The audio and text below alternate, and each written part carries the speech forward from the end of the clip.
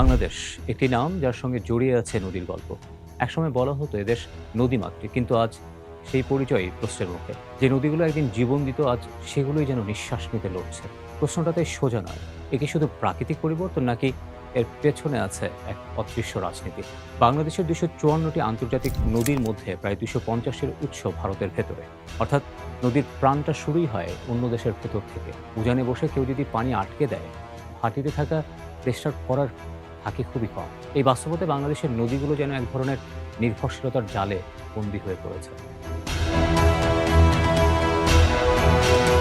এই বাস্তবতার সবচেয়ে আলোচিত প্রতীক ফারাক্কা বাঁধ। ১৯৯৬ সালের ১২ই ডিসেম্বর গঙ্গার পানি বন্টন নিয়ে একটি চুক্তি হয়েছিল। চুক্তি কিছুটা স্বস্তি দিলেও তা কখনো স্থায়ী সমাধান হয়ে ওঠে, কারণ চুক্তিতে ছিল না কোনো কার্যকর গ্যারান্টি ক্লজ। মানে শুষ্ক মৌসুমে বাংলাদেশ কতটুকু পানি পাবে তার কোনো নিশ্চয়তা নেই। ফলে যা হওয়ার তাই হয়েছে। পদ্মা শুকিয়েছে, নদীর তলদেশ ভরাট হয়েছে, আর দক্ষিণ পশ্চিমাঞ্চলে বেড়েছে লবণাক্ততা। এই পানি কমে যাওয়ার প্রভাব শুধু নদীতে সীমাবদ্ধ নয়, এটা কৃষিকে আঘাত করে, মৎস্য সম্পদ ধ্বংস করে, এমনকি সুন্দরবনের মতো সংবেদনশীল বাস্তুতন্ত্রকেও হুমকির মুখে ফেলে দেয়। ২০২৬ সালের ডিসেম্বরে এই চুক্তির মেয়াদ শেষ হবে। এখন প্রশ্ন, এটা কি শুধু নবায়ন হবে, নাকি নতুন করে ন্যায্যতার ভিত্তিতে গড়া হবে? আরেকটি বড় উদ্বেগ টিপাই মুখ বাঁধ।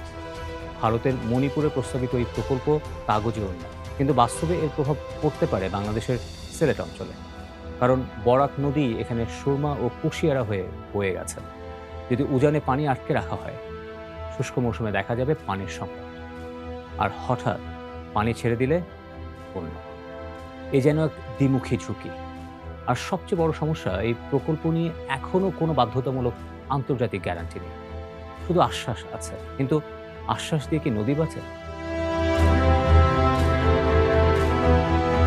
তিস্তা উত্তরবঙ্গের প্রাণ, কিন্তু শুষ্ক মৌসুমে এই নদী প্রায় মৃত।